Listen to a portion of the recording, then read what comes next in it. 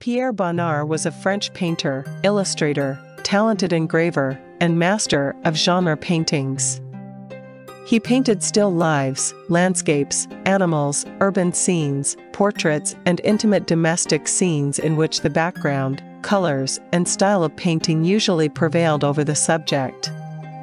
Pierre Bonnard remained in the history of painting the greatest colorist of the 20th century and one of the key figures of the post-impressionist era.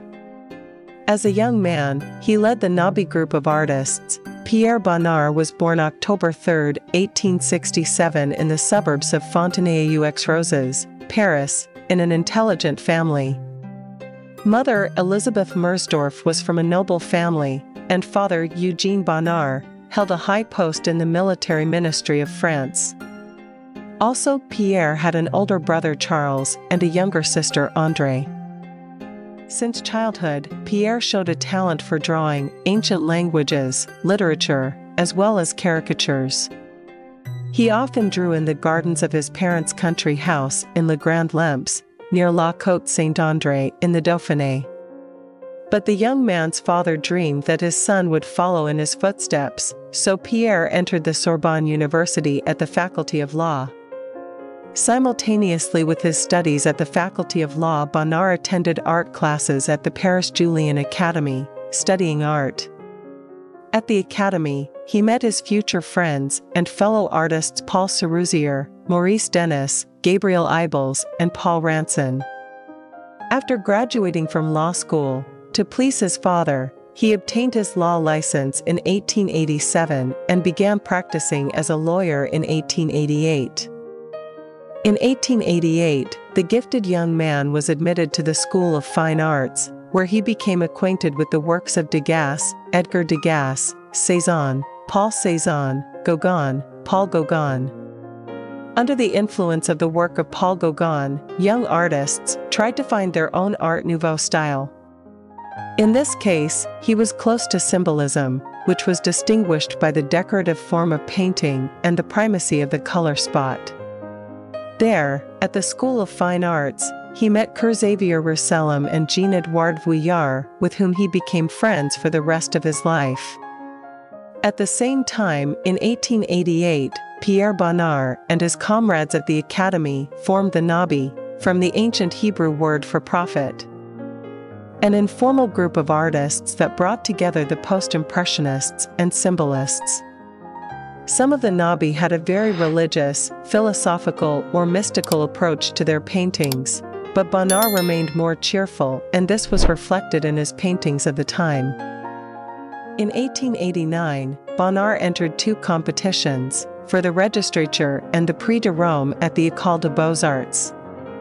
Both attempts ended in failure. Then Pierre's father puts him to work for his acquaintance, assistant prosecutor, but young Bonnard is already little interested in jurisprudence. Soon Pierre Bonnard enters the workshop of the famous theatre figure Lunierpa. Together with Seruzi, he wrote the scenery for a satirical play by A. Jerry King Ubu. At the same time, the young artist creates and paints marionettes for the puppet theatre, organized by the husband of his sister, the composer Claude Terrasse. His first studio was located on the Rue La Chapelle. From 1889 to 1890, Bonnard did his military service as a soldat de déduction class in the 52nd Infantry Regiment. After leaving the army, Bonnard returned not to law but to art, becoming a painter. In 1891 he met Toulouse-Lautrec and in December 1891 showed his work at the annual exhibition of the Society of Independent Artists. That same year Bonnard began collaborating with La Revue Blanche, for which he and Edouard Vuillard designed the frontispiece. In March 1891, his work was exhibited along with that of other Nabi artists at Le Barque de Bouteville. The first success to Bonnard came in 1891, after the release of a poster for the company France Champagne, pasted on the streets of the capital, and fortunately, convinced the family of the artist that art can also be earned. After that, the first paintings appeared. Japanese art played an important role in Bonnard's work. He first became acquainted with the works of Japanese artists at the Paris gallery of Siegfried Bing, who brought to France works by Hokusai and other Japanese masters of printmaking. In 1890, Bing organized an important exhibition of 700 prints he brought from Japan and donated works of Japanese art to the Louvre. Bonnard used the model of Japanese kakemono scrolls, long vertical panels, in his series of paintings Women in the Garden, 1890 to 1891, now in the Musée d'Orsay. Originally conceived as a single screen, Bonnard chose to present Women in the Garden as 4 separate decorative panels.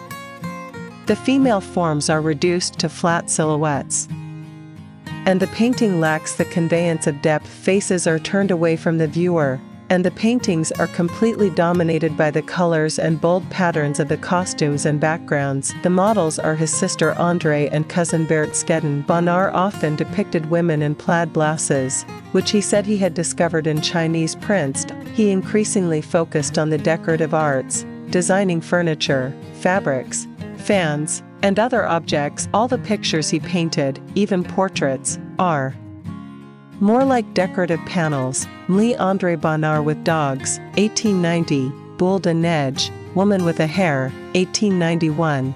The same Japanese themes are also evident in the lithographs Some Features of Parisian Life, 1895, as well as in book graphics. Because of his fascination with prints of the land of the rising sun, the Nabis nicknamed Pierre Nabi Japanese. In 1893, Pierre Bonnard met the main woman of his life, Martha de Maligny. She was a saleswoman in a flower shop. Friends of the artist did not approve of his choice, considered the girl strange and uneducated. But for Bonnard, she became a model and muse for life. Martha is devoted to about 400 paintings from the entire creative heritage of the artist. Love inspired him to create masterpieces in the genre of nude, touching, and delicate. They were officially married 3 decades later, in 1925. In the years leading up to their marriage, Bonnard had love affairs with 2 other women who also served as models for some of his paintings, Renée Monchatti and Lucienne Dupuy de Fresnel. Before the First World War, Pierre Bonnard illustrates many publications: Parallel by Paul Verlaine, Daphnis and Chloe, 62088 by Octave Mirbeau, Natural History by Jules Renat and others. But the main place was given to painting: Grandmother with a Child, Child Eating Cherries, Young Girl at the Lamp. He also continued to create posters for France Champagne, which brought him an audience outside the art world. In 1892, he began creating lithographs and painted Corsage in Carrots and Croquet Party. He also did a series of illustrations for his brother-in-law, Claude Terrasse's music books. In 1894, he turned in a new direction and produced a series of paintings of scenes of Parisian life. In his city, scenes, buildings, and even animals were the center of attention. Faces were rarely seen. He also made his first portrait of his future wife Martha. In 1895, he became an early participant in the Art Nouveau movement, designing a stained glass window entitled Motherhood for Tiffany. In 1895, the first solo exhibition of Bonnard's work was organized at the Durand-Ruel Gallery in Paris. There were landscapes, domestic genre. Most of the works were executed in dark colors. Also, Pierre illustrated Peter Nansen's novel Marie, published in a series in the magazine La Revue Blanche. The following year, he took part in a group exhibition of Nabists at the Albois Vollard Gallery. In 1899, he took part in another major exhibition of Nabist works. At the beginning of the 20th century, when artistic styles emerged and disappeared at a frantic pace, genius persisted in his search for his personal style. Bonnard was beginning to abandon dark colors.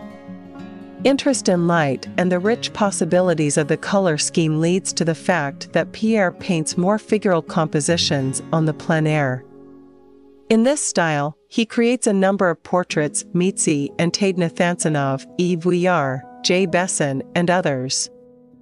This style, to which was added a departure from the emphasized pretentiousness of Art Nouveau style, is observed in landscapes, corner of Paris, 1905, Place Clichy, 1912, summer in Normandy, 1911 to 1912 years.